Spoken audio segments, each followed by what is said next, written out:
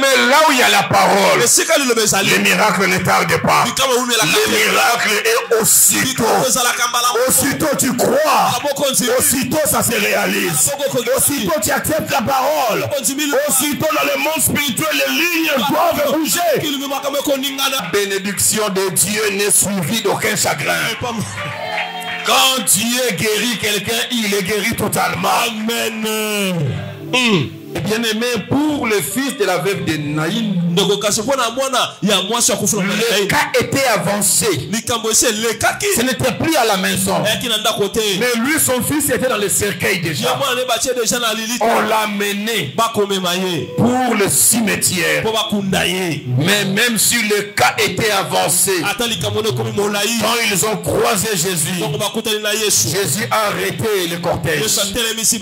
Le mort qui était dans le cercueil, il était ressuscité. Donc Jésus peut ressusciter quelqu'un qui vient de mourir. Il peut ressusciter quelqu'un qu'on est en train d'aller enterrer déjà. Mais bien aimé, ça ne finit pas là.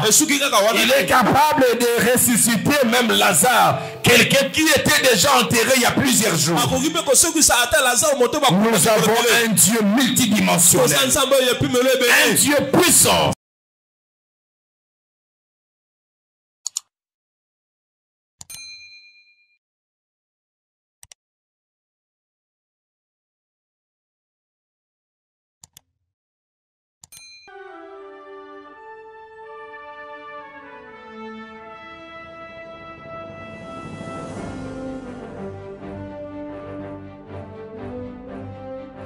J'aimerais dire à quelqu'un, même si tu es testé positif au coronavirus, ce matin, tu vas vivre une nouvelle expérience. Le sang de Jésus, la chair de Jésus nous donne la vie.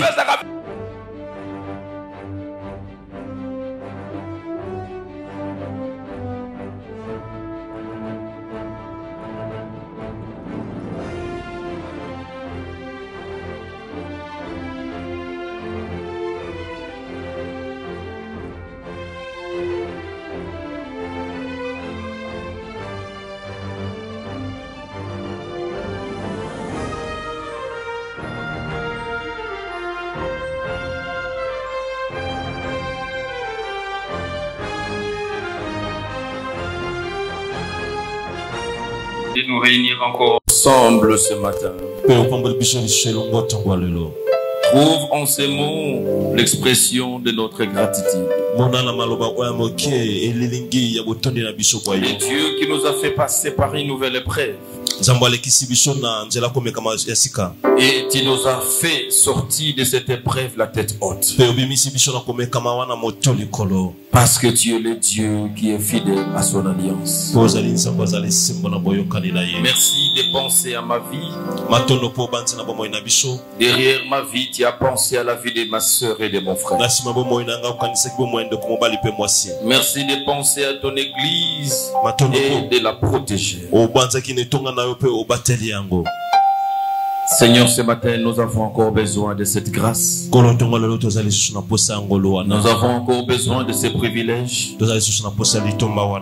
Et nous avons besoin de ta bénédiction. Seigneur, nous sommes venus obtenir quelque chose de ta part. Au moins de ta parole. Dépose quelque chose dans mon cœur, dans le cœur de ma sœur et de mon frère. La gloire te sera toujours rendue pour tout ce que tu auras accompli dans la vie des uns et des autres. Je bénis ton nom parce qu'aujourd'hui, tu veux nous amener dans une nouvelle dimension. Tu veux nous amener, Seigneur, sur de nouveaux pas. Oh Seigneur, nous voulons un miracle pas comme les autres. Seigneur, ce que tu as fait avec moi, Seigneur, fais de cela une saison pour ma sœur et pour mon frère. Que ce soit pour lui une saison de miracles secs. Je le déclare en ton nom. Au nom de Jésus-Christ. Amen. Amen. Nous acclamons le Seigneur.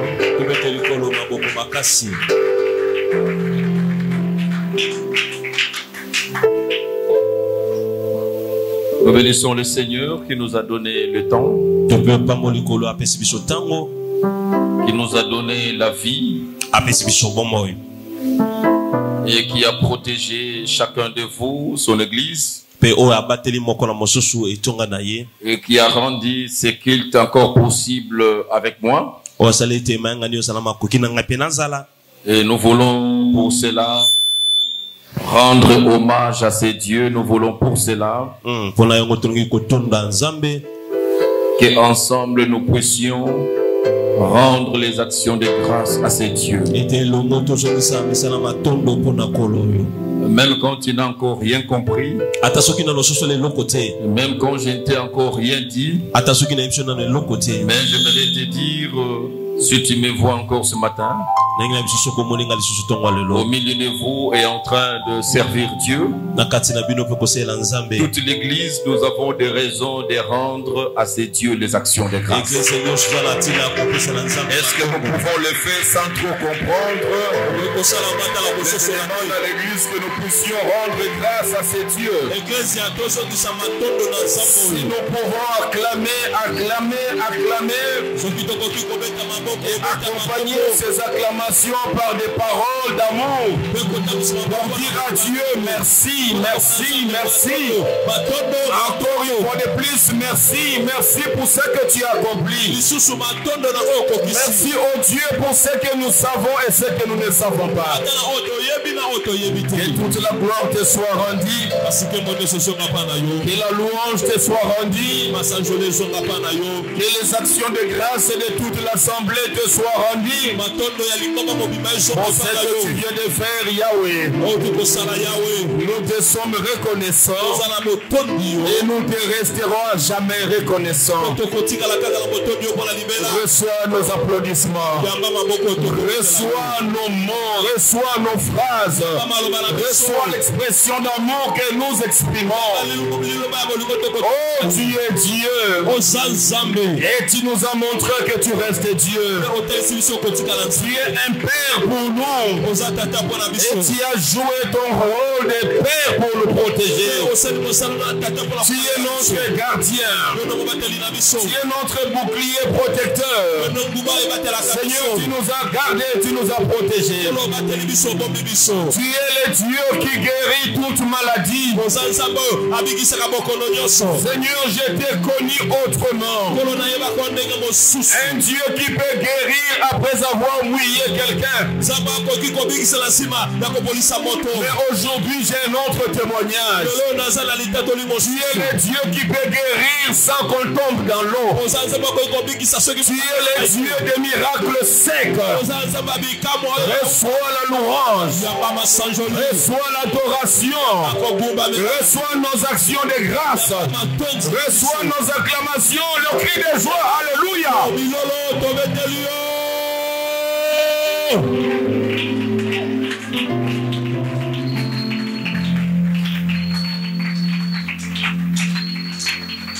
Merci Seigneur Jésus-Christ.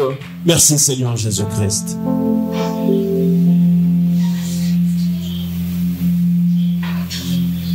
C'est un devoir pour moi que nous puissions rendre grâce à ces dieux. Et nous allons continuellement les rendre grâce. Nous allons lire nos Bibles, Jean chapitre 5. Jean chapitre 5. Jean chapitre 5.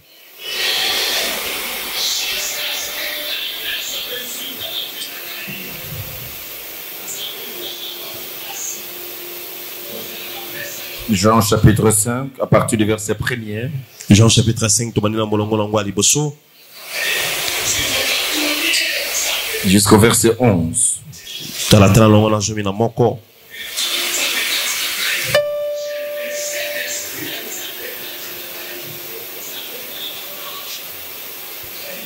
Nous allons lire la parole de Dieu.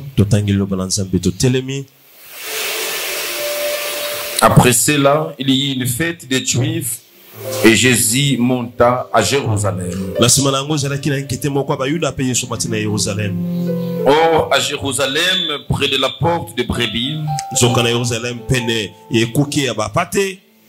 il y a une piscine qui s'appelle en hébreu Bethesda. Et qui avait 5 portiques. Sous ce portique étaient couchés un grand nombre de malades, des aveugles, des boiteux, des paralytiques qui attendaient le mouvement de l'eau. Car un ange descendait de temps à temps dans la piscine et agitait l'eau. Et c'est lui qui y descendait le premier. Après que l'eau avait été agitée, était guéri. Quelqu'un fit sa maladie. Là se trouvait un homme malade depuis 38 ans. Jésus l'ayant vu coucher, et sachant qu'il était malade depuis longtemps, lui dit, veux-tu être guéri? Le malade lui répondit, Seigneur, je n'ai personne pour me jeter dans la piscine quand l'eau est agitée. Et pendant que j'y vais, un autre descend devant moi. Un autre descend avant moi, allais-je dire. Lève-toi, lui dit Jésus. Prends ton lit et marche. Aussitôt cet homme fut guéri. Il prit son lit et marcha. C'était un jour de sabbat. Les Juifs dirent donc à celui qui avait été guéri, c'est le sabbat. Il n'était pas permis d'emporter ton lit. Il leur répondit, c'est lui qui m'a guéri, m'a dit, prends ton lit et marche. Nous acclamons pour la parole du Seigneur. C'est lui qui m'a guéri, m'a dit, prends ton lit et marche. Marc chapitre 5. Chapitre 5. À partir du verset 35 au verset 42.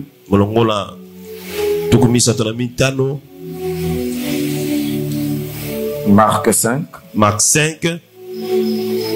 À partir du verset 35 au verset 42. Du verset 35 au verset 42. Comme il parlait encore, survint de chez le chef de la synagogue, survint de chez lui des gens qui dirent, ta fille est morte. Pourquoi importuner donc le maître? Mais Jésus, sans tenir compte de ses paroles, dit au chef de la synagogue, ne crains pas, crois seulement.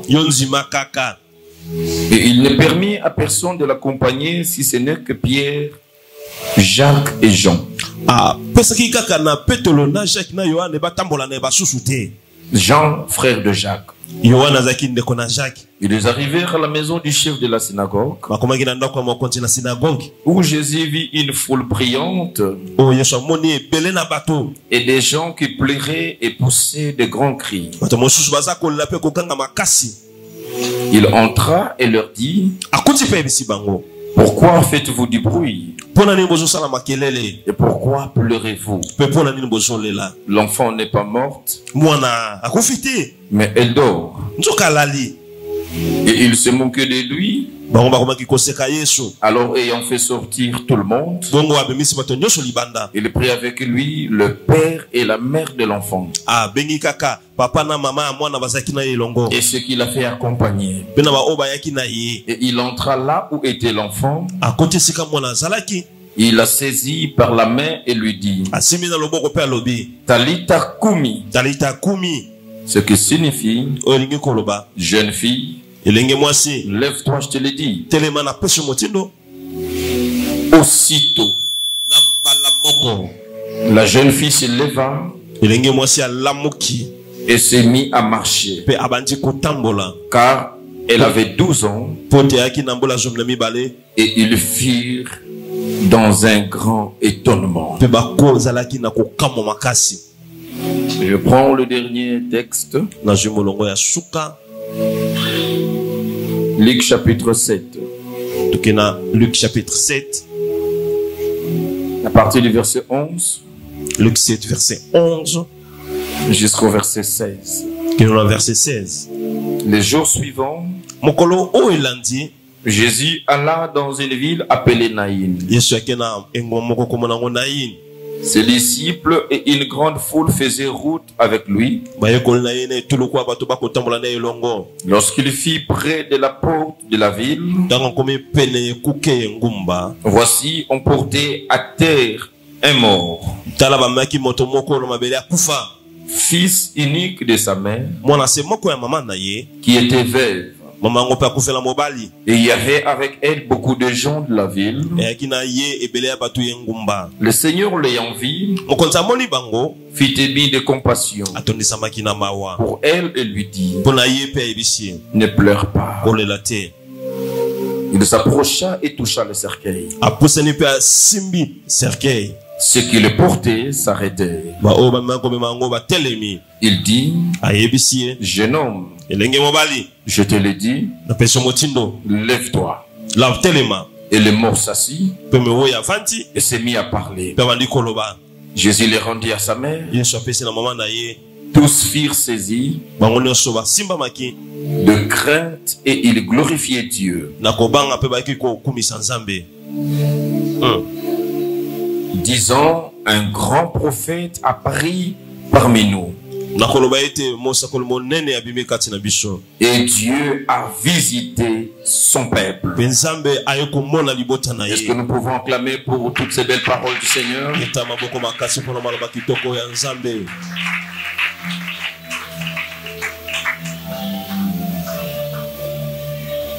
Bien-aimés, ici, nous avons 3 miracles que Dieu a fait. Et dans notre texte principal, nous parlons de la guérison de cet homme de 38 ans.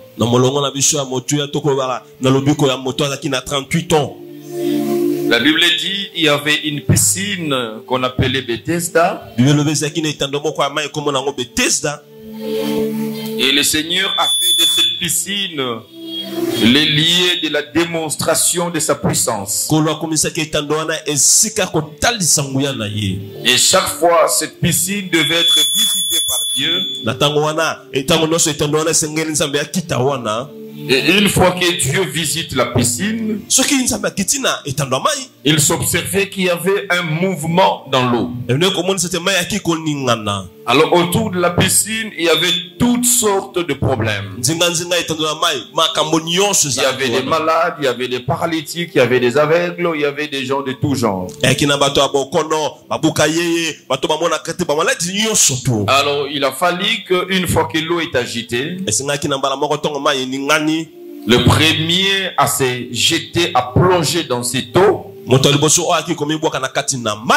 recevait son miracle et sa guérison instantanée. Mais nous devons noter que 2 personnes ne pouvaient pas avoir les miracles au même moment. Et on nous dit qu'ils étaient nombreux tout autour de la piscine. Et je ne sais pas, on nous parle non plus de la fréquence de la visitation de Dieu dans ces eaux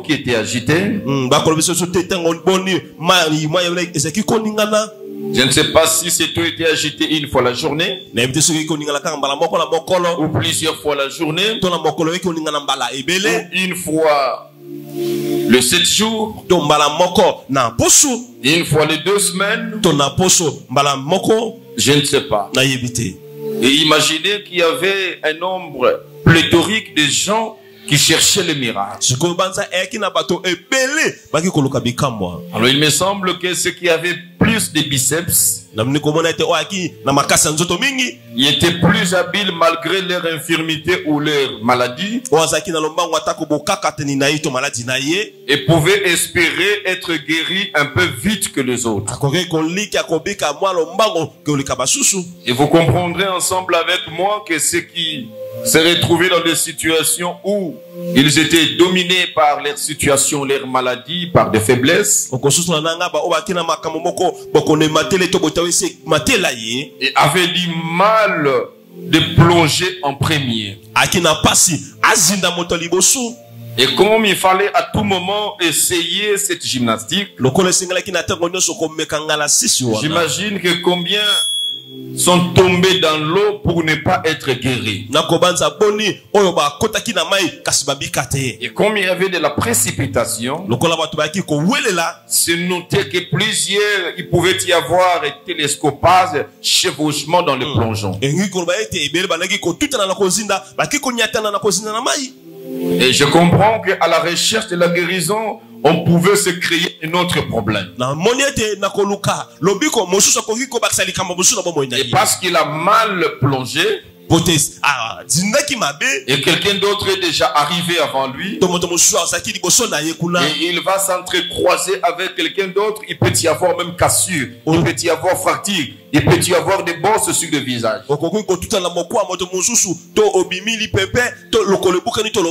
Et bien voilà quelqu'un qui a un problème, une difficulté, et il va ajouter un autre problème à la recherche du miracle. Et voilà, nous parlons que les gens étaient guéris. Et bien aimé, les gens étaient guéris après quelques gymnastiques. Les gens étaient guéris, mais ils sortaient, ils avaient des corps mouillés. On sera guéri, mais on sortira les corps mouillés. Bien aimé, c'est un type de miracle où le Seigneur peut nous guérir. Le Seigneur peut nous donner ce que nous cherchons. Mais bien aimé, avec sur nos corps, nous avons quelques égratignures. Mais le Seigneur a mis sa main, la personne est guérie. Ça nous arrive que nous tombions malades, que nous ayons des situations où nous devons passer par les mains de médecins. Ils ont des traitements à nous soumettre. Ils ont la chirurgie à appliquer sur nous. Et nous implorons Dieu pour qu'il nous guérisse. Que Dieu marche avec ses médecins, que sa guérison soit parfaite. Et Dieu met sa main, on est guéri. On est guéri parce que le médecin a trouvé la facilité de faire cette chirurgie. Parce qu'une chirurgie ne vous donne pas la garantie que vous allez vous en sortir. Le médecin, il va appliquer son courage de connaissance. Mais en le faisant, il a toujours aussi des pronostics. Et pendant qu'il est en train de s'appliquer sur quelqu'un, sur un cas, il sait lui-même que j'ai 50%, j'ai 40%, j'ai 20%, j'ai 80% de réussite. Bien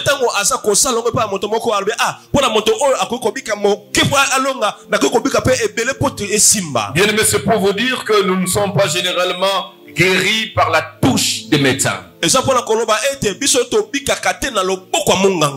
Mais c'est parce que Dieu met sa main. Voilà pourquoi chaque fois que nous sommes en face de cette épreuve, bien-aimé, il ne faut jamais oublier Dieu. Tu peux oublier, même prendre ta dose, mais n'oublie jamais la dose de la prière.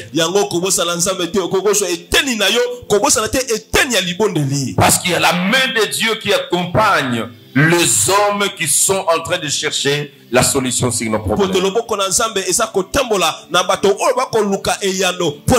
Et quelqu'un sortira, Dieu le guérit de ses myomes, de ces problèmes qu'il avait. Mais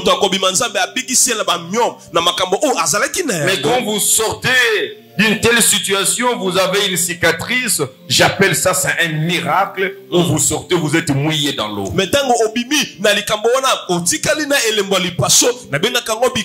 Tout celui qui était guéri, il était mouillé.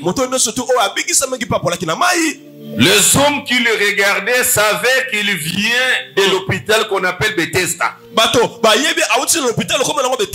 Parce qu'il portait sur lui le rêve des eaux qui coulaient sur lui. Les gens peuvent remarquer la guérison, mais ils se disent aussi, voilà, il est tombé dans l'eau. Il était mouillé. Et bien aimé, c'est une dimension où Dieu agit. Et c'est une dimension auquel nous pouvons croire. Chaque fois que nous avons des problèmes, nous avons besoin de la main de Dieu. Et nous demandons la main de Dieu sur les hommes qui ont notre dossier. La main de Dieu sur les magistrats qui doivent décider sur notre sort. La main de Dieu sur votre patron qui doit décider de votre sort. La main de Dieu sur les conciles qui doivent décider sur votre passeport. Bien-aimé, c'est une dimension que nous vous prêchons. Et c'est une dimension que nous sommes en train d'expérimenter. Dieu met toujours sa main. Il change le cœur des hommes à notre faveur. Il met sa main pour donner la facilité aux médecins à nous traiter. C'est une dimension à laquelle nous croyons et à laquelle nous nous attachons. Mais ce matin, je suis venu vous dire, ce n'est pas la seule dimension. Et au-dessus de cette dimension, il y a une autre dimension. Et ce matin, je suis venu amener l'église à une nouvelle dimension. Nous ne devons pas attendre Dieu toujours quand l'eau est agitée. Nous ne devons pas attendre Dieu toujours quand l'eau s'agite et il faut sauter le premier. Nous avons un Dieu. Mais bien aimés, nous ne connaissons pas Dieu totalement. Dieu bien aimé, c'est une connaissance infinie. Personne ne peut maîtriser Dieu. Personne ne peut vous dire Dieu, il commence ici, il s'arrête ici. C'est un Dieu multidimensionnel. C'est un Dieu multiforme. Il peut agir de n'importe quelle manière. Il peut agir avec l'association des hommes. Et je suis venu te dire, il peut aussi agir sans l'association des hommes. Je suis venu dire à quelqu'un ce matin, tu as connu un Dieu qui guérit en passant par la médecine. Mais je suis venu te dire, nous avons un Dieu qui peut te guérir sans passer par le médecin. Il peut te guérir sans passer par les hommes. Dieu peut faire un miracle dans la vie de quelqu'un. Et ce miracle, ou bien aimé, tu ne seras pas mouillé. Les gens vont te demander, est-ce que tu es passé par Bethesda? Tu diras, si tout le monde passe par Bethesda, il y a aussi des gens qui seront guéris sans passer par Bethesda. Je suis venu dire à quelqu'un ce matin, passe à une nouvelle dimension. Il ne faut jamais attendre Dieu toujours à la piscine de Bethesda. Parfois Dieu fait en sorte que ta situation atteigne un niveau où tu n'as plus de force de te jeter. Dieu t'amènera à une dimension où avec avec ton problème, tu n'auras personne pour t'aider et t'amener à la piscine. J'aimerais dire à quelqu'un, quand tu n'as personne pour t'aider, cela ne veut pas dire que tu n'as pas Dieu pour intervenir. Tu peux manquer les hommes à t'aider. Tu peux manquer les hommes à te financer. Tu peux manquer les hommes à te porter. Mais je suis venu te dire, quand Yahweh décide sur toi, il viendra. Il n'aura pas besoin des gens à côté de toi. Et tu auras un témoignage particulier. Est-ce que j'ai parlé à quelqu'un ce matin? Je suis venu te dire que tu auras un miracle pas comme les autres. C'est le thème de ce matin. Je suis venu te dire, passe à la dimension d'un miracle pas comme les autres. Et bien aimé, si tu veux passer la dimension d'un miracle pas comme les autres, ne prenez pas les hommes comme ton unité de mesure. Ne regardez pas ceux qui t'ont précédé comme unité de mesure. Mais celui qui a un miracle particulier doit aller dans une foi particulière. Oh, les hommes peuvent dire, il faut passer par là. Mais j'aimerais te dire, il y a la possibilité de dire non. Là où les hommes disent qu'il faut passer par là, mais la foi peut t'amener à dire non. J'attends que Dieu puisse créer un vide dans le cieux. Je ne passerai pas par là. Il est capable de mettre sa main et de me sortir de là. Oh, est-ce que j'ai parlé à quelqu'un? Un miracle pas comme les autres. Tout celui qui était conseillé à la piscine de Bethesda, on lui disait, malgré ta maladie, il faut faire des efforts. Malgré tes infirmités, il faut faire des efforts. C'est vrai, Dieu visite, mais ça demande aussi les efforts personnels.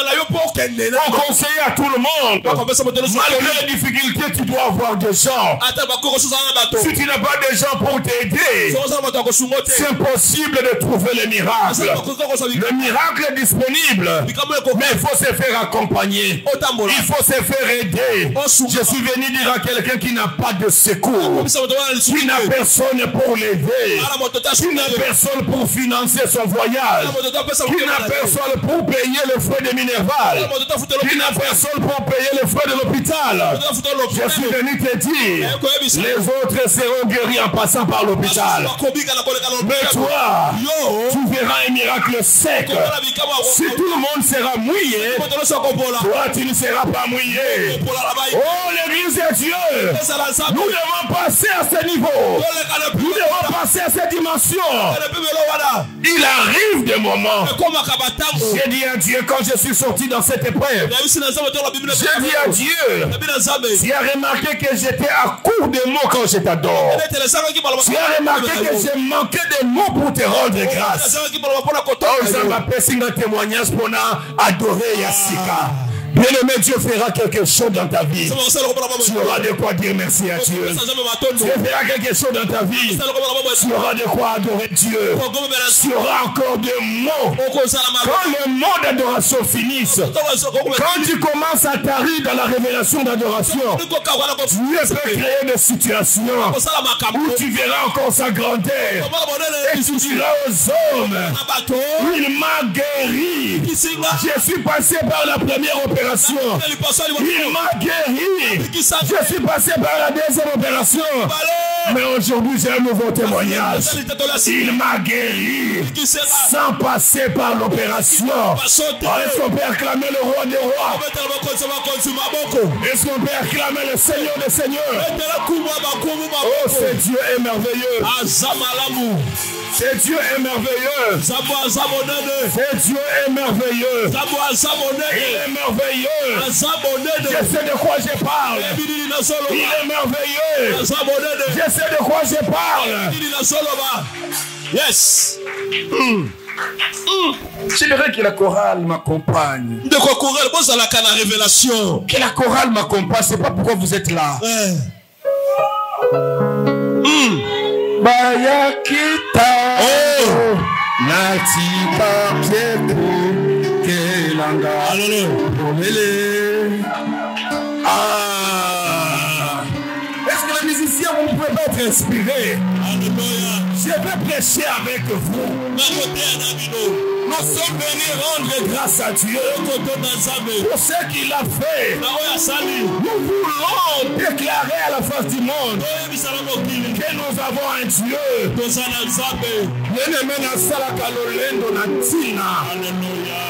Naza na ba relation na présidence te. Naza na ba relation ya ba généraux te. Naza na ba relation ya ba député te. Mais naza kana relation na Nzambe ya bobo. Lolengo na ngombe Nzambe wana. Alléluia. Yes. Gloire au Seigneur. Si nous pouvons chanter un peu pour adorer le Seigneur.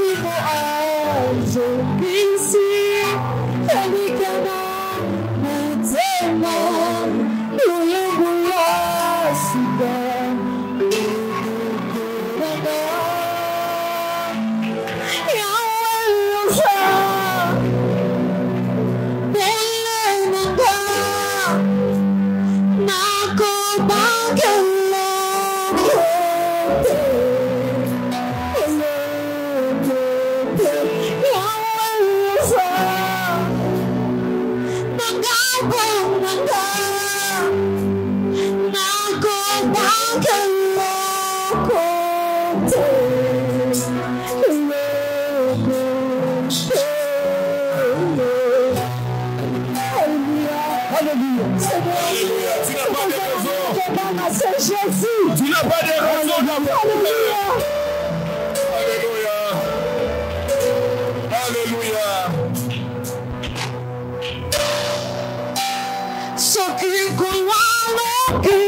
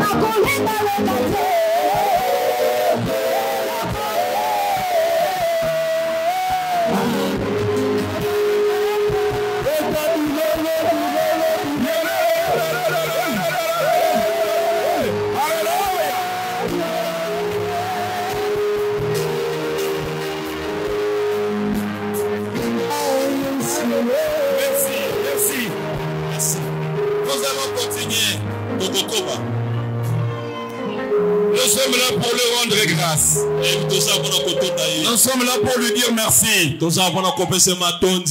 Bien-aimé, c'est Dieu. Peut-être que vous n'allez plus me revoir. Mais comme vous m'avez revu, vous manquez à faire des bruits à l'honneur de ce Dieu. Vraiment. Oh, salam kelele à bien.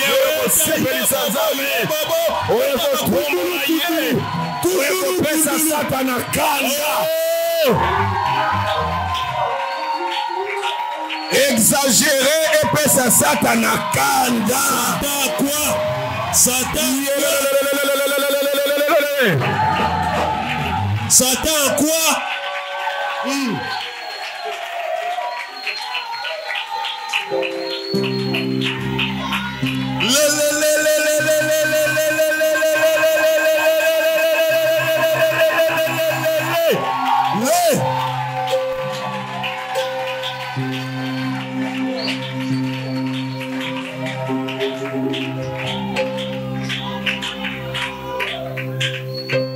Bien-aimé, le Seigneur nous a avertis que nous serons combattus. Le combat est inévitable.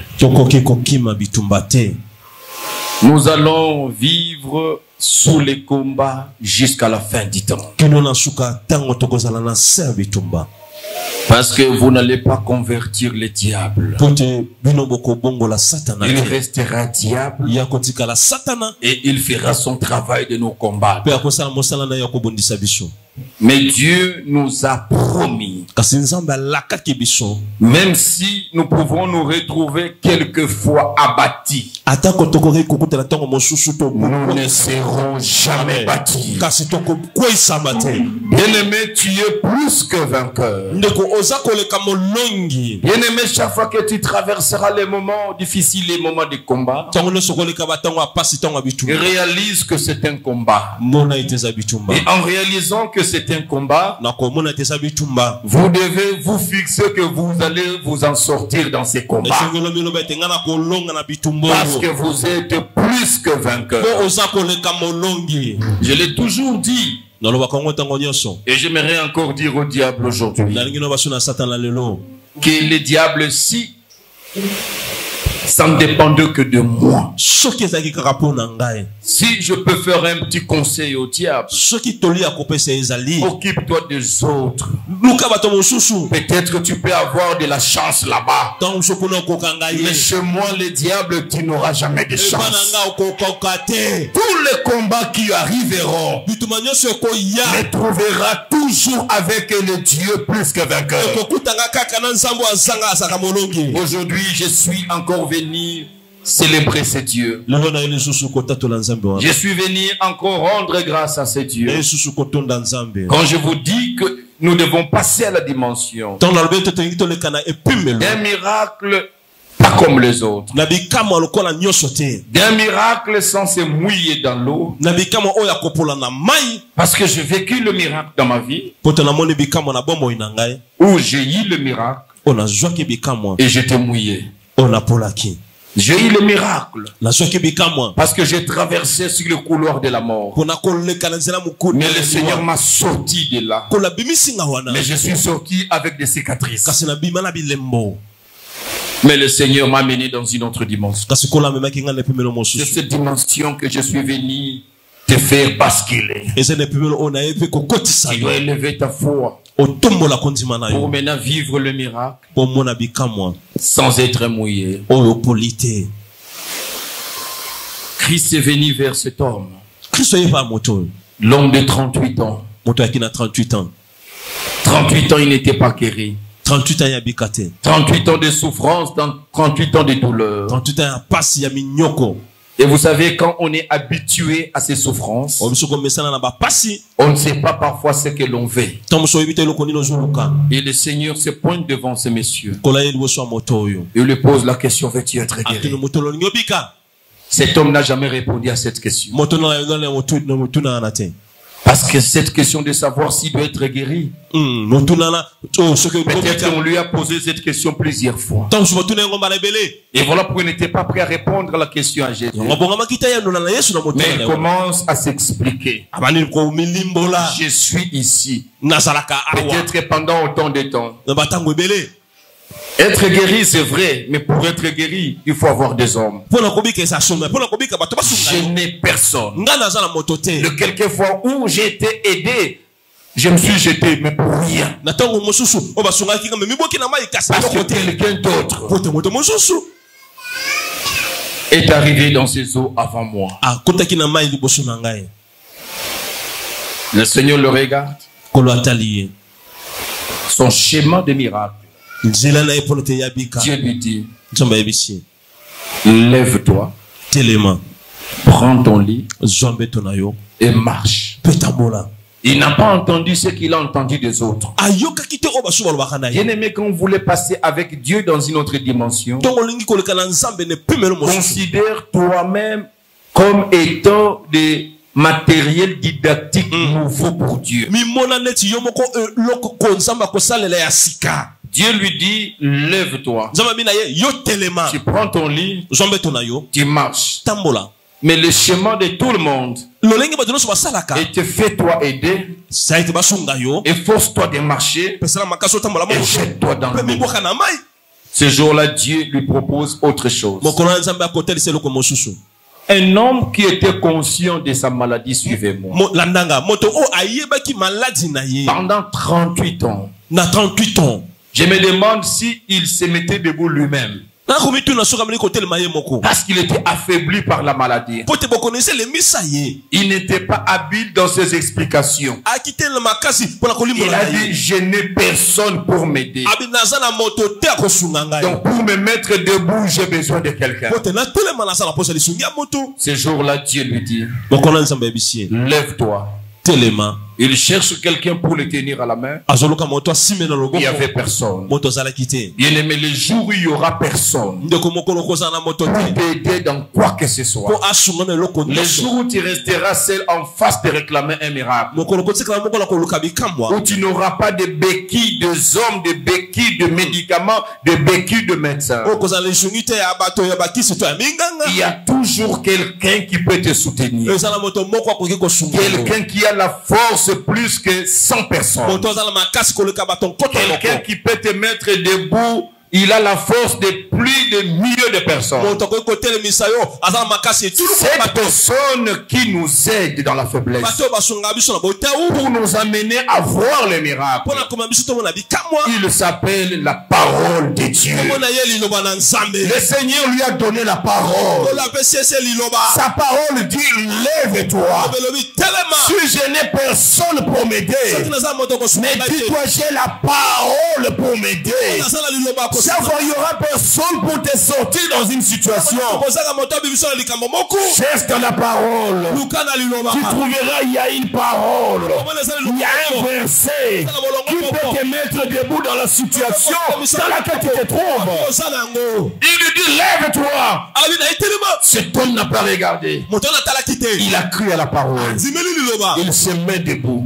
Il lui dit: prends ton lit. Le lit qu'il a porté pendant 38 ans. Mais ce jour-là, le Seigneur a changé la tendance. Il dit: le lit ne te porte plus, mais c'est toi qui portes les lits. Les hommes qui t'ont supporté, le temps est arrivé où tu ne seras pris en charge par personne. Mais le temps est arrivé où c'est à toi maintenant de prendre les autres en charge. Prends ton lit là, le lit qui t'a porté, le lit qui peut être minerval, le lit qui t'a sauvé. Le temps est arrivé de le sauver. Le temps est arrivé de le financer. Le temps est arrivé de le tenir à la main. Il prend son lit. On lui dit: marche. Il commence à marcher avec Christ. La Bible dit, dans tous les textes que nous avions lus, on parle de aussitôt. Il met là où il y a la parole. Le miracle ne tarde pas. Le miracle est aussitôt. Aussitôt tu crois, aussitôt ça se réalise.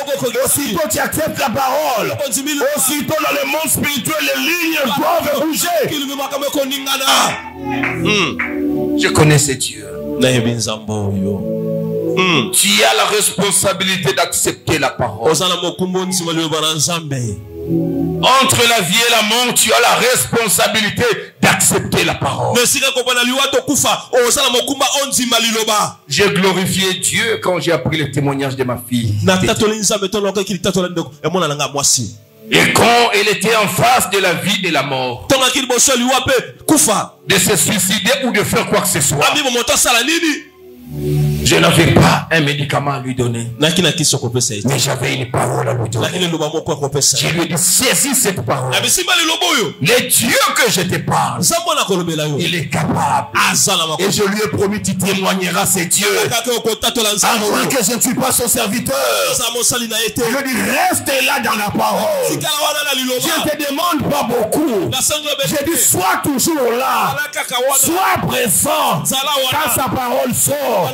Quand je déclare des choses, quand nous prions, la parole va influencer ta maladie.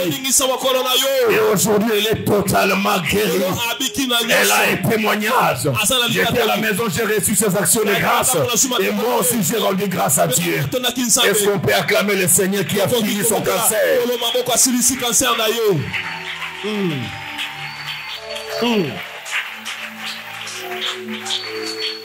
C'est un Dieu qui guérit le cancer. Tu as appris ça de tes oreilles. Mais tu as aujourd'hui quelqu'un qui peut te dire. Tu as quelqu'un auprès de qui tu peux donner l'exemple aux autres. J'ai une maman à l'église. J'ai une sœur à l'église. Le Dieu que nous prêchons l'a guéri totalement du cancer.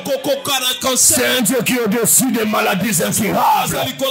Il est au-dessus des maladies impossibles. Accrochez-vous à c'est Dieu. Il n'y a aucun fétiche qui peut finir le cancer. Il n'y a aucune science occulte qui peut finir le cancer. Mais Jésus-Christ de Nazareth, il peut finir un cancer et rendre un corps saint totalement. Nous bénissons Dieu pour cela. Est-ce que tu peux l'acclamer? Alléluia. Nous rendons grâce à ce Dieu. Tu ne dois pas avoir peur avec ce que tu as. Les témoignages de quelqu'un, c'est pour t'encourager que ce Dieu-là, il est ici. Il agit. Dois-je m'accrocher? Le panier circule. Et il va encore circuler. Moi, Dieu m'a ajouté un témoignage. Si vous aviez remarqué, ça fait 2 semaines que je ne venais pas.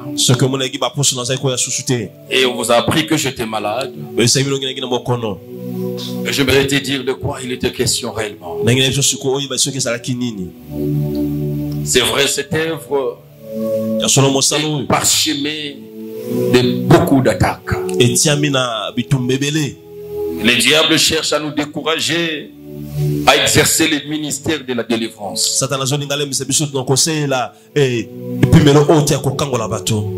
Je lui ai toujours dit, c'est un ministère que Dieu m'a donné. J'exercerai le ministère de la délivrance jusqu'à la fin de mes jours. Celui qui m'a donné ce ministère, il prendra soin de moi. Et il prend toujours soin de moi. Dans l'exercice de ces ministères, il y a beaucoup de pasteurs qui ont commencé avec ces ministères et ils ont arrêté. Il y a beaucoup qui n'aiment pas le ministère de délivrance. C'est à cause des représailles. C'est à cause des attaques. Quand vous êtes appelé à franchir le vie des autres, à délivrer les autres, à apporter le bonheur aux autres, in fine, le diable va s'occuper de toi et de ta famille. Le diable va frapper pour te dire d'arrêter. Si tu veux être calme, il faut arrêter.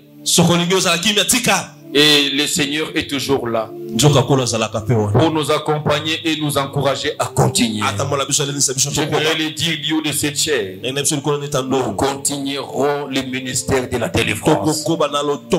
Jésus-Christ est apparu afin de détruire les œuvres du diable. Il est venu pour libérer les captifs, délivrer les opprimés. Les opprimés, les captifs seront toujours délivrés. Et nous le ferons avec la plus grande motivation.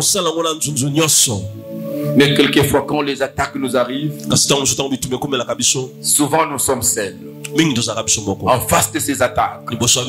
Et bien aimé, t'encourager, toi qui as pris le temps à prier pour les pasteurs, c'est de ta responsabilité de prier pour les pasteurs. Et ici j'aimerais encore bénir les intercesseurs qui sont à la brèche et à tout mouvement. Ils sont alertés pour être à la brèche. Et je bénis tous les serviteurs, tous les fidèles qui ont pensé au pasteur et qui ont prié pour moi même une seconde. Toutes vos prières ont été efficaces. C'est grâce à ces prières que la main du Tout-Puissant s'est révélée la plus grande main et la main puissante. Trouvez ici l'expression de ma reconnaissance. Et que Dieu vous bénisse abondamment.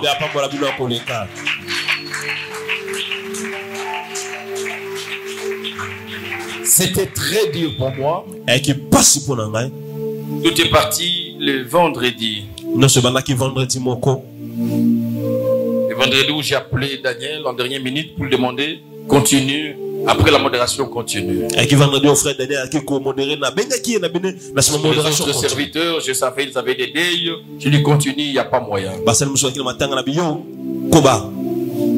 Je venais de l'hôpital ce vendredi-là. Mais pas pour de raisons de santé. C'était pour des raisons professionnelles. Je venais de voir le médecin du travail. Parce que j'avais besoin de changer le poste du travail. Et j'avais besoin de sa motivation. Après quelques examens qu'il m'a soumis, pour pouvoir m'orienter à un nouvel emploi. J'étais bien portant. J'étais en train de conduire moi-même. Et quand je finis à l'hôpital, je devais retourner au bureau. J'avais les urgences et j'avais un travail délicat à faire. Et le lendemain, je devais voyager le samedi. Quand je rentrais, j'ai appelé à partir de la maison, j'avais appelé qu'on me prépare quelque chose à manger parce que je vais finir jusqu'à tard.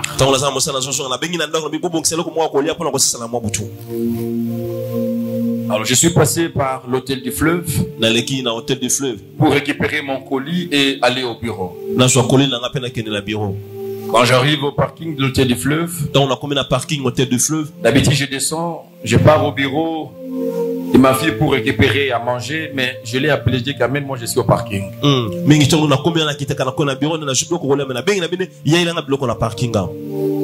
Le temps qu'elle a pris pour arriver, quand elle est arrivée, on commence à échanger rapidement, que je récupère les colis pour partir. Je vais ressentir les douleurs un peu brisques. Et les douleurs, telles que j'essayais de les comprendre, je pensais que j'étais en train de faire ma crise de gastrite. Parce que les douleurs étaient autour de l'estomac d'abord. Et à la minute, les douleurs prenaient de la vitesse. J'ai même cassé le siège de la voiture pour essayer un peu de m'étendre. Il m'a dit, papa, qu'est-ce qu'il y a? J'ai dit que ça ne va pas. J'ai des douleurs. J'attends si ça va passer. Et ça ne passait pas. C'est elle qui m'a proposé, j'appelle Papa Charlie. Qui généralement il intervient toujours pour me donner des soins. On va l'appeler. Et c'est un serviteur qui est toujours dispo, habile. C'est tout arrêté quand il s'agit du pasteur. Il a arrêté ce qu'il faisait à l'hôpital. Il a pris sa moto, il est venu en toute urgence. Je suis au parking de l'hôtel du fleuve. Il est arrivé, il m'a trouvé vraiment, j'étais mal au point. Il a commencé à faire ses mélanges, il a commencé à me donner des traitements. Il m'a donné des piqûres. Il m'a dit que je prends le temps de me reposer, ça va aller. Je suis resté là pratiquement, je suis arrivé presque 12 heures, je suis resté presque à 15 heures moins le quart. Les douleurs semblaient baisser, mais pas totalement. Et à ce moment-là, j'ai été, on m'appelait au bureau. On m'appelait à tout moment. Parce que tout ce qui devait voyager le lendemain, il dépendait de moi. Je devais venir faire mon travail pour leur donner des fonds. Presque à 15 heures, je me dis, je m'efforce d'arriver au bureau. Je suis arrivé. Je m'efforce de faire le travail que je pouvais faire. Et préparer mon voyage de demain. Je pense avoir quitté à 18h45. Je n'étais pas toujours en forme. À 18h45, j'appelle madame qui s'inquiétait de l'église. Comment je n'appelle pas? Je dis que ça ne va pas. Attendez-moi, j'arrive à la maison. J'arrive à la maison. J'étais en train de gémir avec les mêmes douleurs. Je prenais les produits qu'on m'a donné de l'estomac. La nuit, du même vendredi, Papa Charlie après le quitte, il est encore venu. Et il m'a donné le traitement de la nuit. J'ai eu le traitement, je pense qu'à 22 heures. Je connais chaque fois que j'ai fait une crise de gastrite. Avec ce qu'il me donnait, je devais passer bien la nuit. Je monte à 22 heures dans ma chambre pour dormir. J'étais en train de dormir. Mais déjà, à 2 h du matin, les douleurs étaient encore aiguës. À 2 h du matin, passe matin de l'eau. J'étais en train de gémir. Mon pasteur dormait, il ne savait pas encore.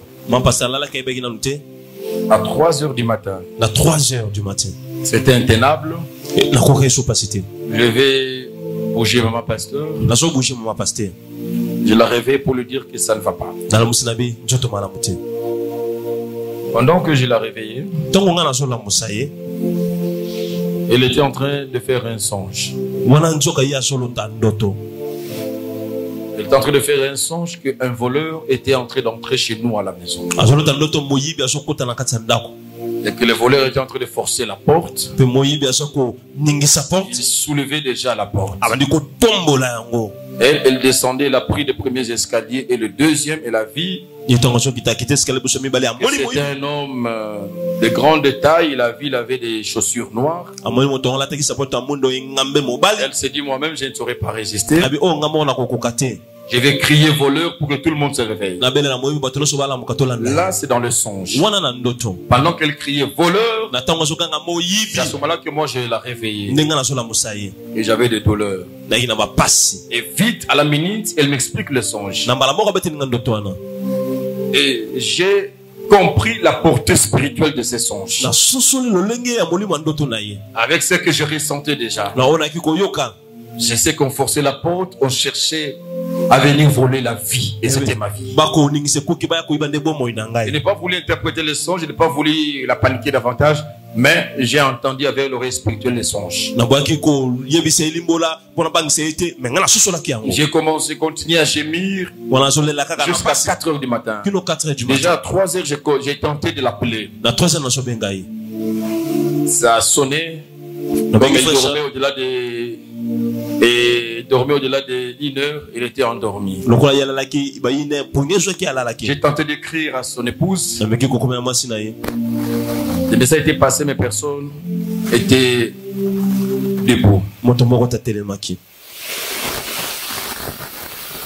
J'ai résisté jusqu'à 4 h du matin.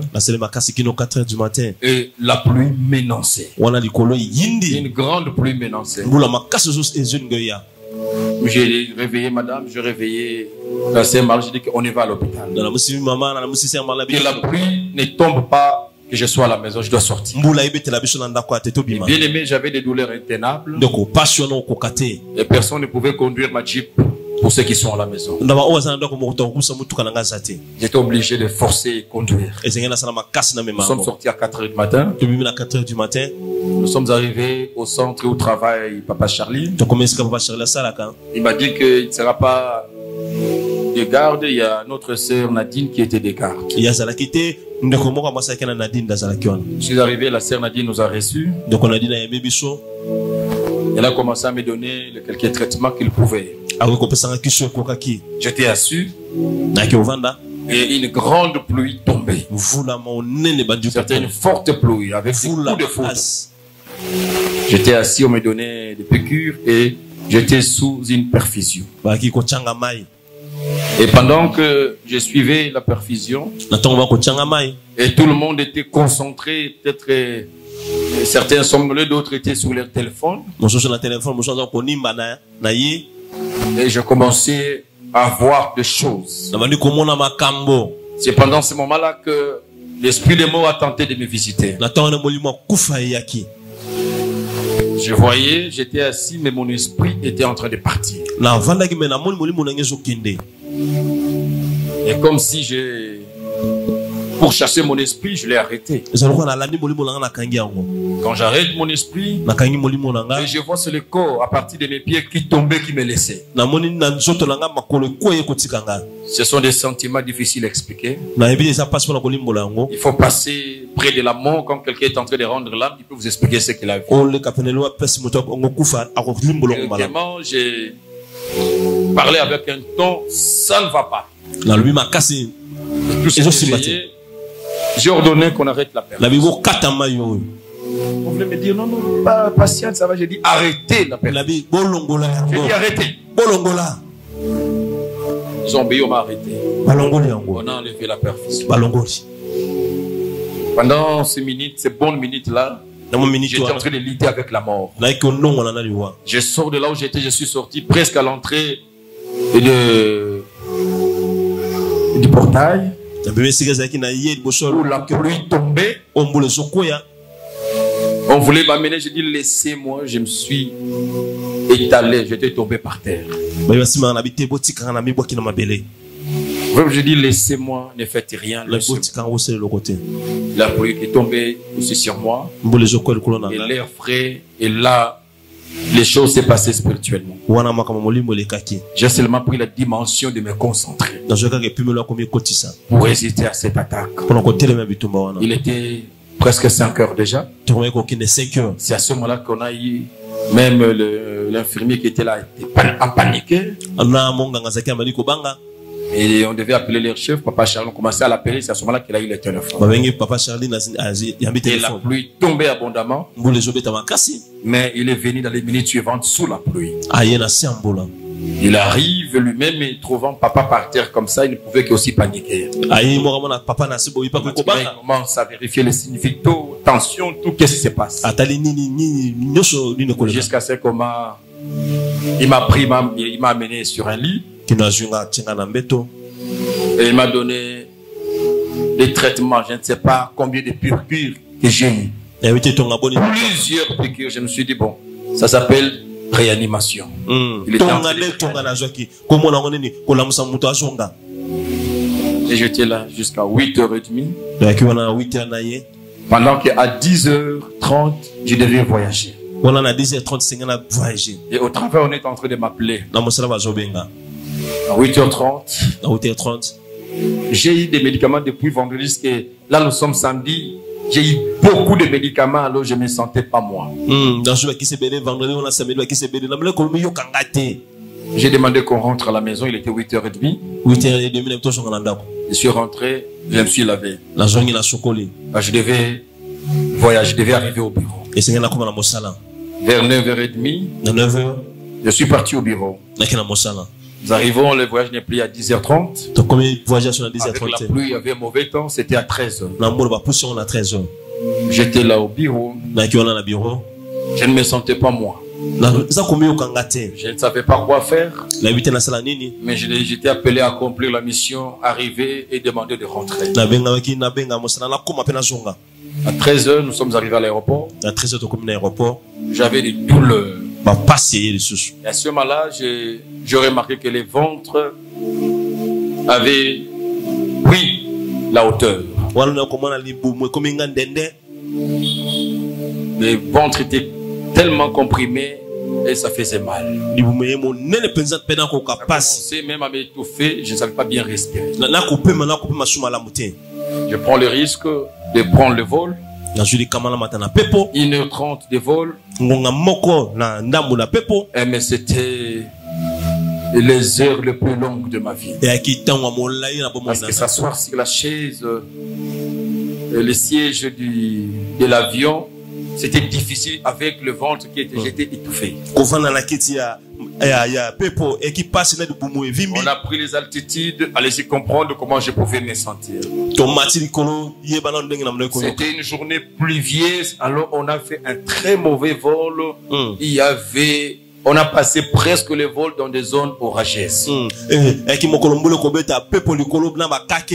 Comme si nous voulons cracher, comme si je me dis bon. Cet esprit me suit jusqu'en haut. Non, je ne mourrai pas ici. Je suis arrivé. J'atterris, je parle à mon directeur. Et j'ai, dans 45 minutes, accompli ma mission en tant que chef de mission.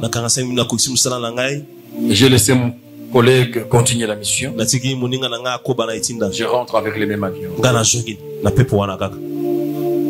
C'est dans les mêmes conditions. J'arrive à Kinshasa. Vers presque 18h. Aussitôt atterri, je suis entré en contact avec Papa Charlie. Je commençais à lui expliquer ce que je ressentais. C'est à ce moment-là que j'ai commencé à comprendre que ça quittait maintenant les tableaux de la gastrite pour autre chose. Je lui ai expliqué Ce que je sentais, il m'a conseillé, prends ceci, prends cela. Mais il a remarqué que j'étais en train presque de résister à son schéma. Je ne suis pas médecin. Je lui dis que tel que je ressens, ça ne va pas marcher. Je dis ok, je viens d'arriver, je vais voir si je vais arriver là où tu es ou pas. J'ai pris, on est venu m'escorter, je suis rentré à la banque, j'ai repris la voiture que j'ai laissée. Je venais maintenant à la maison. J'appelle maman pasteur, tu es où? Il me dit je suis à Bandal. Il dit attends-moi à Bandal, je viens. Ça ne va pas. J'ai commencé à réfléchir, j'avais 3 schémas. Je viens continuer le traitement avec papa Charlie. Tel que j'ai senti, connaissant mes antécédents, je savais que je suis en train de passer vers le pire déjà. Je me suis dit, je dois être pris en charge par un hôpital, par un spécialiste. Je pouvais aller dans n'importe quel grand centre où nous sommes conventionnés. Mais je me disais que il y a une dimension sérieuse spirituelle dans ce qui m'arrive. Je pars, c'est pas à la clinique, ma santé. C'est à la minute, les médecins vont décider et je peux tomber entre les mains des occultistes aussi.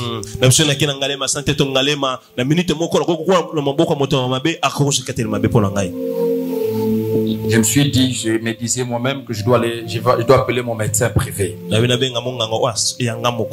Le docteur Ngimbi qui est pasteur, qui a participé à ma 2e opération. Donc c'est un cas qu'il connaît et c'est un pasteur. Nous pouvons parler aussi un langage spirituel.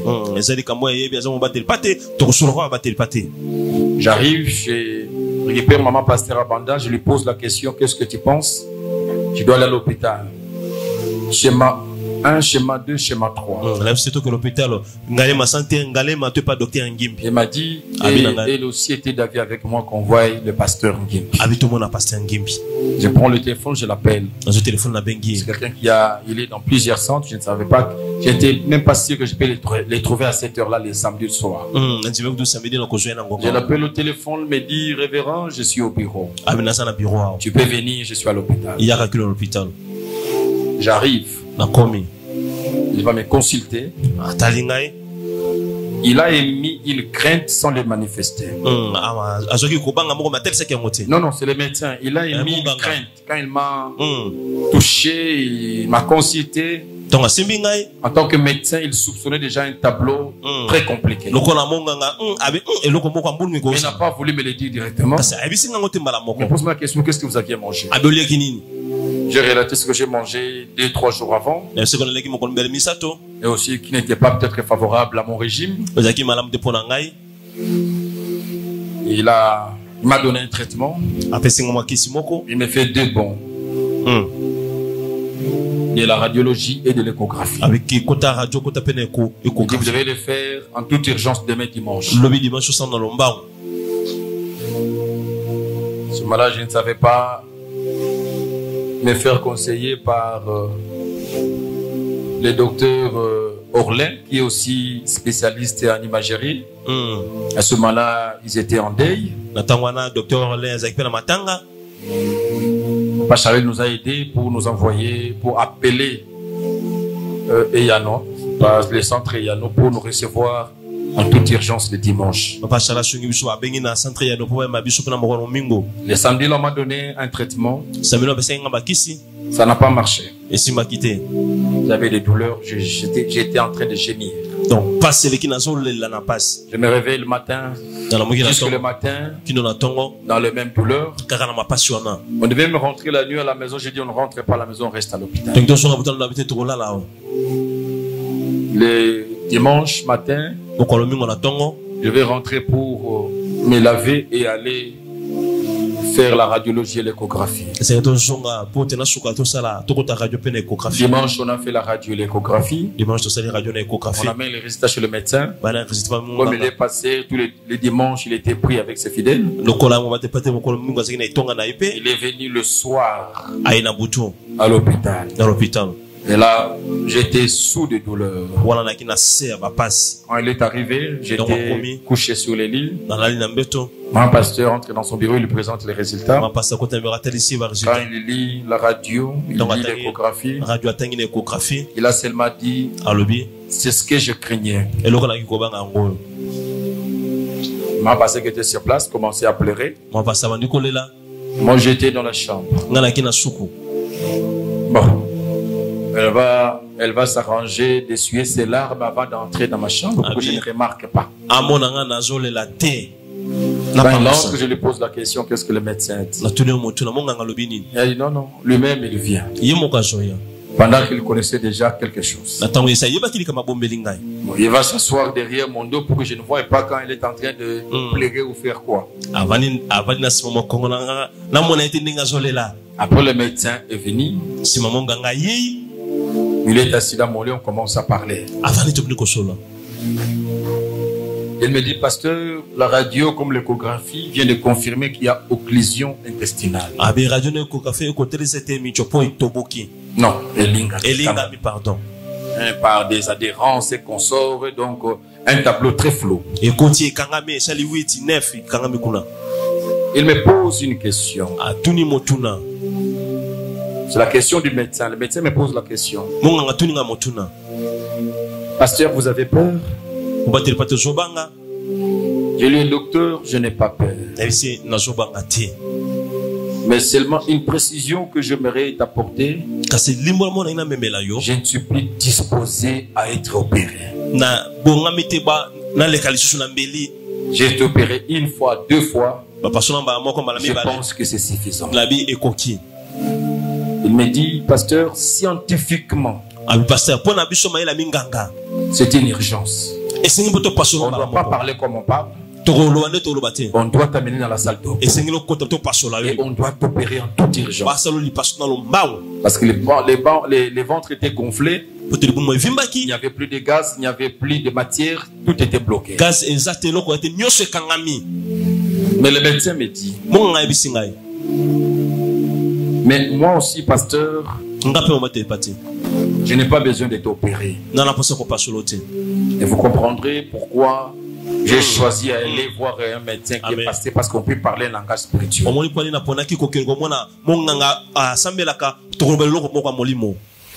Et c'est ce jour-là que le médecin m'explique le secret qui était caché dans ma deuxième opération. Il me dit, pasteur, nous avions fait cette opération des occlusions avec mon ami spécialiste de campus. La première opération, tes intestins étaient remplis d'heures. On a sorti tous les intestins. On devait commencer à vider l'air dans chaque intestin. Ça nous avait pris du temps. Et à ce temps-là, on n'avait pas de matériel réuni comme aujourd'hui. Tu étais en sortie de cette opération, c'est ce jour-là que j'ai confirmé que tu es un appelé de Dieu. Tu es serviteur de Dieu. Pasteur, nous devons mettre ces dieux à l'épreuve. C'est le médecin qui me parle. Je ne vais pas t'opérer, nous devons prier. Nous devons chercher ces dieux que tu sais que moi j'essaie. Qu'il fasse un miracle. J'ai dit, docteur, oui, tu me rejoins. C'est ça ma position. Mettons ces dieux à l'épreuve. J'aime bien les mettre à l'épreuve. Ou bien il est Dieu, ou bien il ne le plus. Le médecin a dit, nous allons prier. Nous étions dans ma chambre, et maman pasteur, moi et le médecin. On a commencé à prier. Le médecin a prié sur moi près de 45 minutes. Je parle de médecin. Je suis à l'hôpital. Mais il met la science à côté. On commence à prier, il prie pour moi pendant 45 minutes. Il finit à prier. Je demande mon porte-monnaie. Je prends ce que je devais prendre d'important. Je scellais sa prière. Il dit, docteur, je scelle cette prière. C'est Dieu fera un miracle. Il me dit, alors, je vais mettre un schéma. Pendant 24 heures. C'est un schéma d'attente de miracle de Dieu. Dans 24 heures, on doit voir les miracles. Sinon, le médecin était prêt à rentrer dans le scientifique maintenant. Il faut opérer. Il dit, oui, mettez-moi celui-là. Il m'a mis un schéma là, de perfusion très intense, plusieurs choses à la fois. Le médecin a fini, c'était le samedi. Non, c'était le dimanche. Il dit, il rentre à la maison. Moi, je devais passer sous cette perfusion toute la nuit. Il dit, on se voit le lundi. J'étais là en train de gémir. En train de gémir. En train de gémir. Et à ce moment-là, les gens se sont mobilisés en prière. Les serviteurs, quelques serviteurs, les intercesseurs étaient chez moi à la maison. À la brèche, en train de chercher ces dieux, un miracle devait se faire. Il arrive 4 heures du matin. Toujours sous les douleurs. Je n'ai pas dormi. Il n'y a pas de problème. Vous doutez? Non, non. Je ne doute pas. Non, Dieu a fait. On doit approfondir les examens. Il dit approfondir. Je connais ces dieux. Jusqu'à 48 heures après, le médecin me demande est-ce que, parce que dis-moi, est-ce que le gaz, il y en a, est-ce que le. Je dis, médecin, vous en voulez un enfant? Si vous en voulez comme preuve, mais je peux invoquer. Alléluia. Amen. La bénédiction de Dieu n'est suivie d'aucun chagrin. Quand Dieu guérit quelqu'un, il est guéri totalement. Amen. C'est un miracle. Amen. Sec. Si tout le monde se mouille, on sort guéri, mais avec une bande, avec des bousteries sont passées. Non, non. Dieu m'a amené à la dimension d'un autre témoignage. Et pour la 3e fois, si à la première fois j'ai été opéré, à la 2e fois j'ai été opéré, à la 3e fois j'ai dit à Dieu, je veux le miracle sans opération. Et je suis témoin oculaire de ce que ce Dieu est capable. Voilà mon grand témoignage. Est-ce que Dieu a fait avec moi? Est-ce que nous pouvons célébrer Dieu pour ça?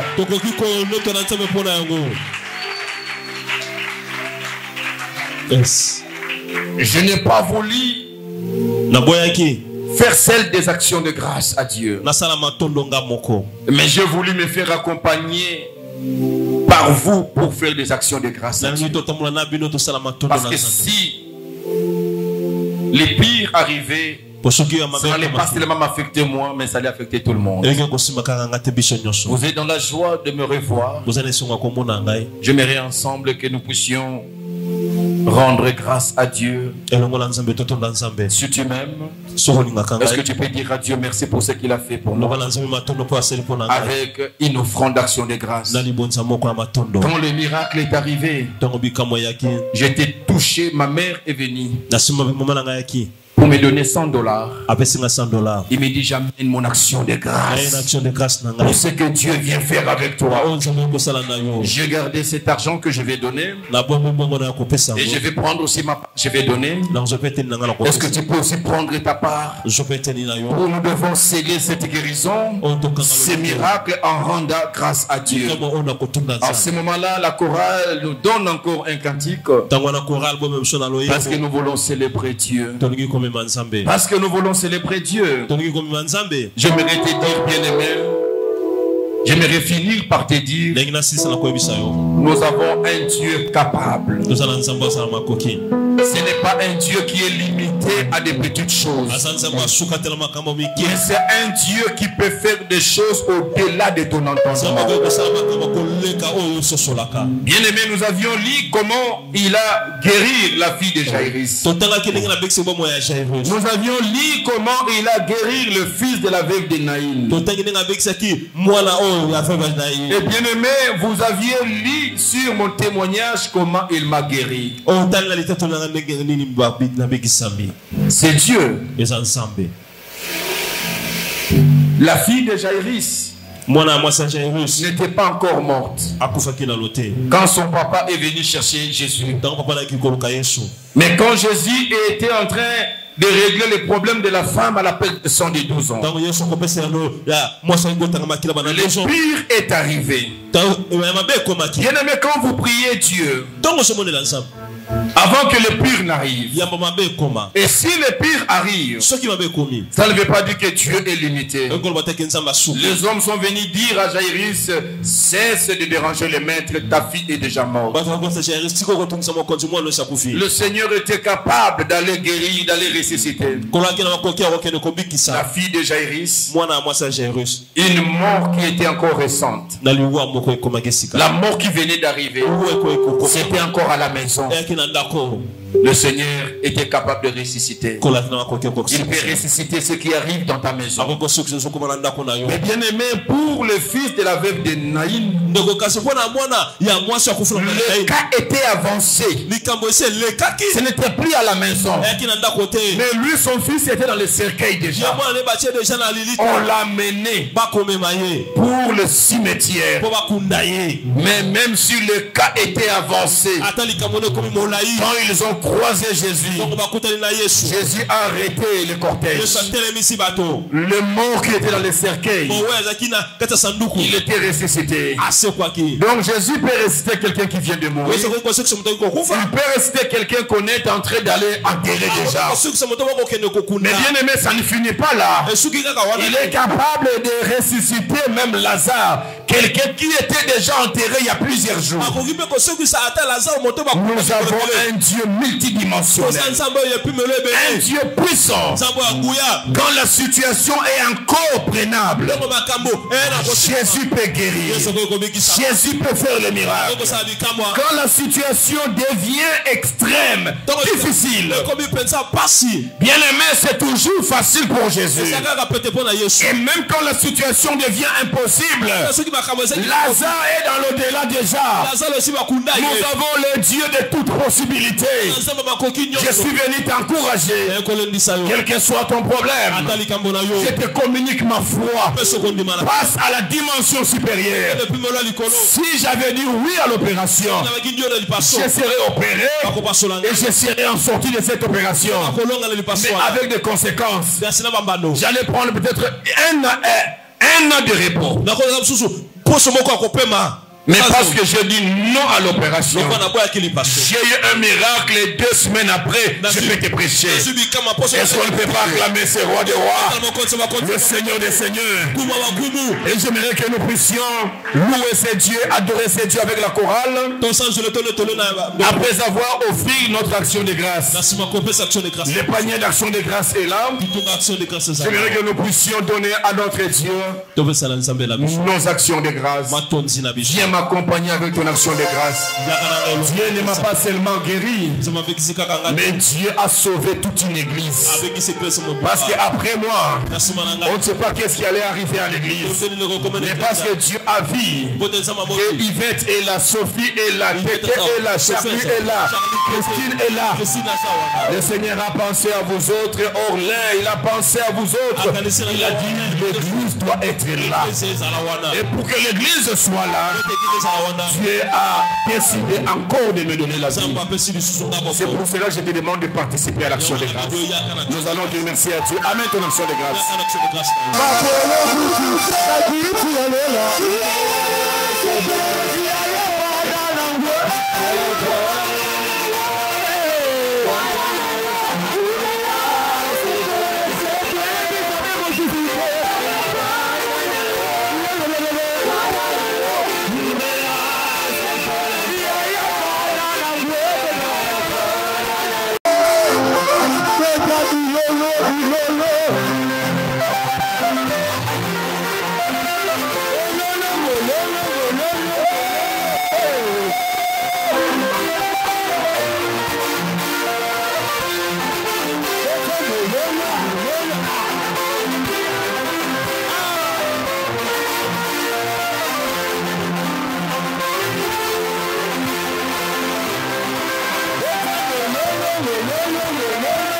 Je te dis merci.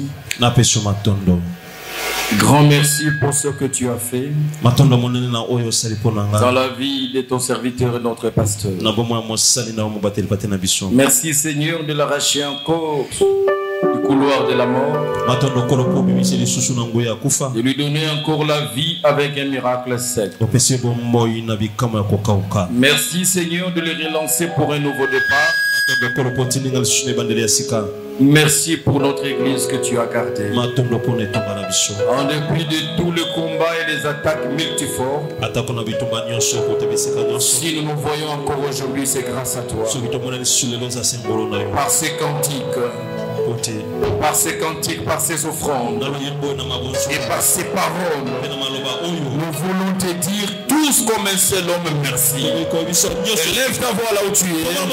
Commence à dire merci à Dieu. Alléluia.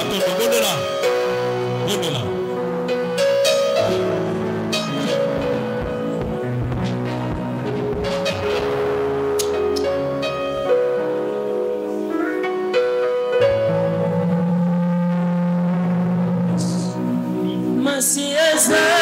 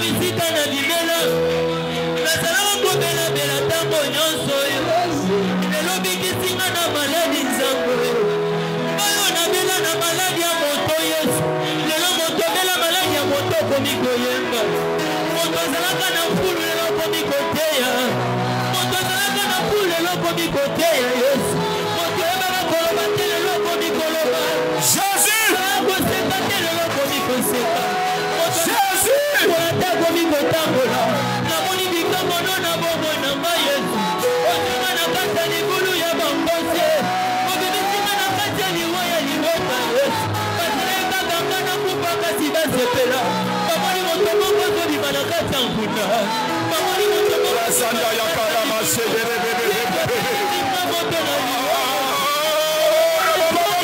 natongwa lelo napesa yo nini natongwa lelo tikanga na yembe tikanga ye tikanga ye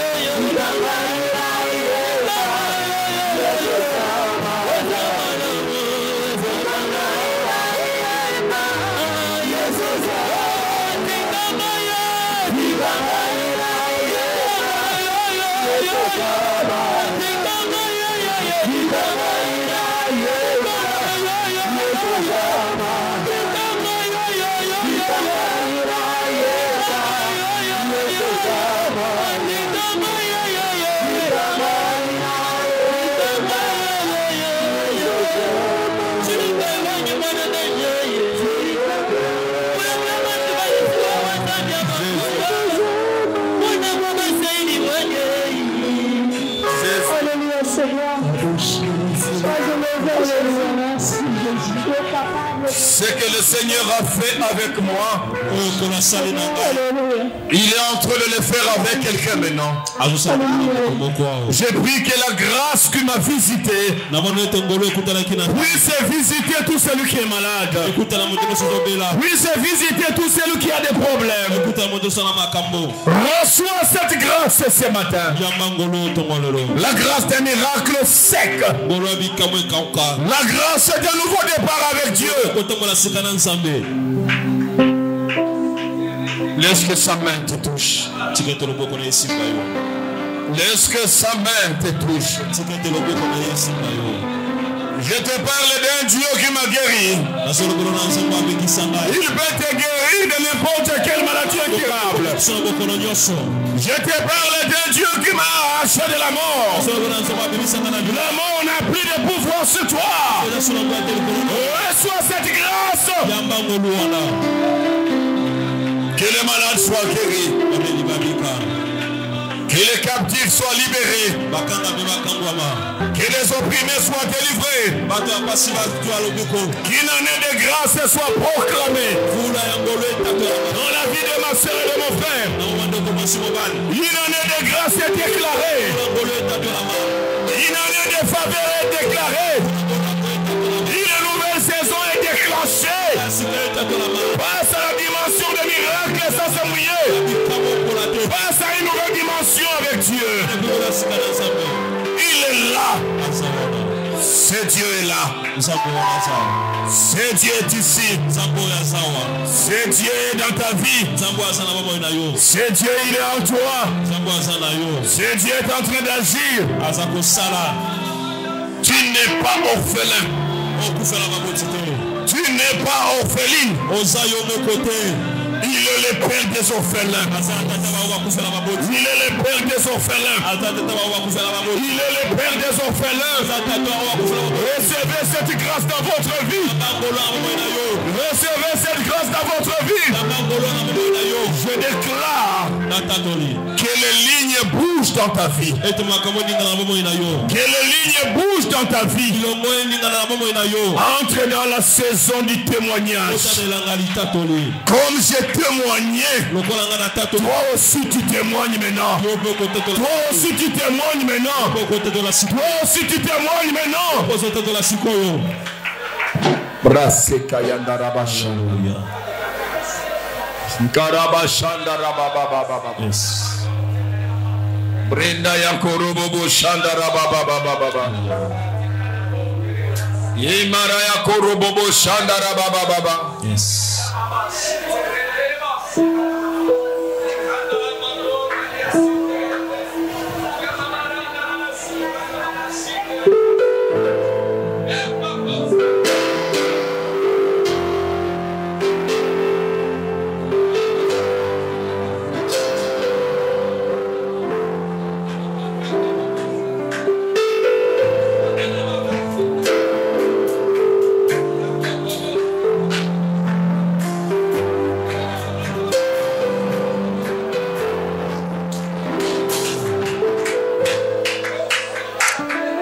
Le Seigneur est en train de visiter quelques personnes.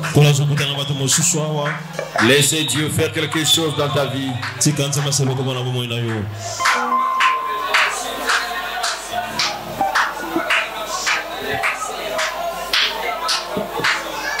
Nzambo ya bongi batiela motema ndeye.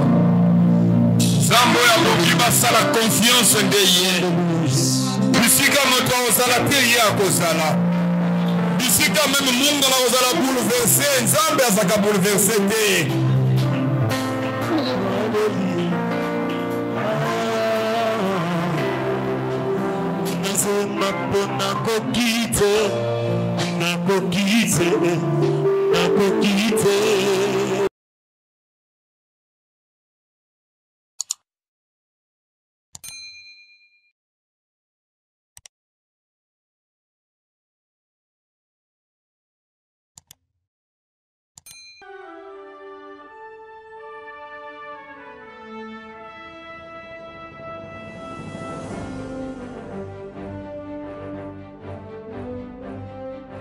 J'aimerais dire à quelqu'un, même si tu es testé positif au coronavirus, ce matin, tu vas vivre une nouvelle expérience.